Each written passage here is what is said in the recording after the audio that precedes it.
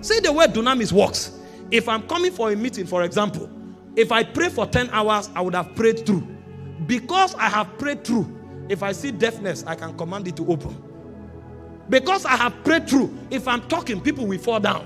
What have I done? I have engaged Dunamis temporarily. And so there is a prevailing prayer where you pray through and mobilize Dunamis.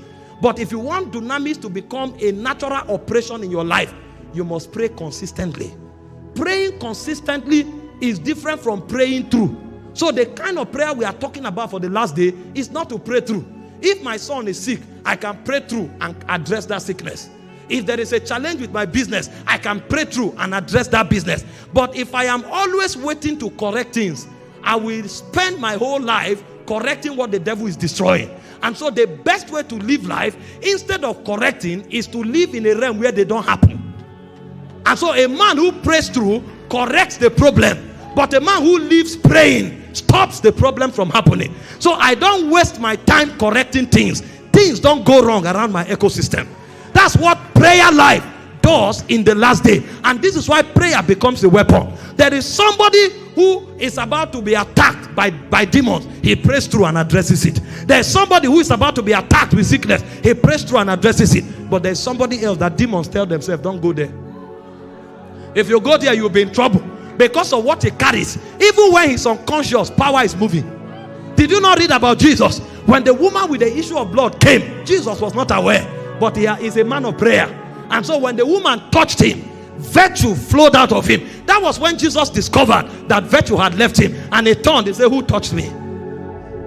Jesus was not aware that the woman was coming. But there was enough. There was enough to flow out. And so every time you can be sleeping, power will be moving. Power don't only move when you say in the name of Jesus. If you start living a life of prayer, you become the believer Jesus spoke about in John 7:38. He said, out of their bellies shall flow rivers of living waters. So power begins to issue out of you. And so a man who wants to have strategic advantage in the last day must give himself to prayer and pray without ceasing. This is how to survive in the last day. And this thing does not end here. Because that power is also a synergistic power. What it means is when you start praying, you begin to connect with the heavenlies. And so there are many things you are not aware of, but heavenly entourage is working on your account.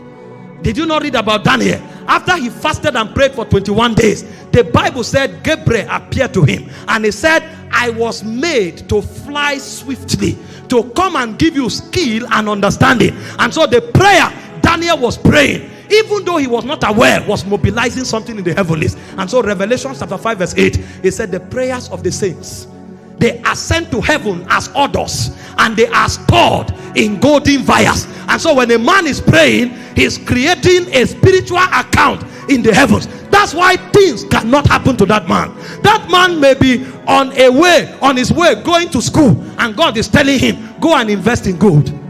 Others may have met experts who have read the times for him, but this man, because of his prayer, heaven is addressing matters on his account. Because the prayers of the saints, they are as odors, they are stored in golden vials.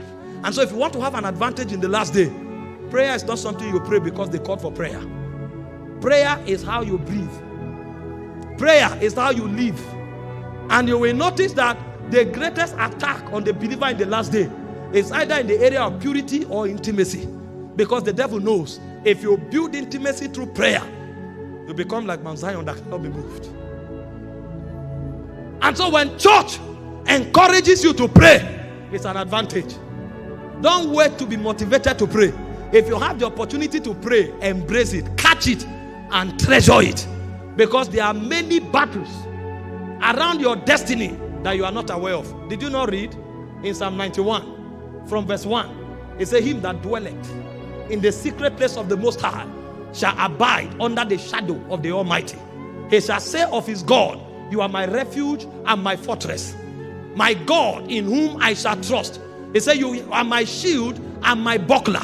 And he went further to begin to reveal some things to us from verse 7. He said, 1,000 shall fall by your side, 10,000 by your right hand. It shall not come near you. With your eyes you shall see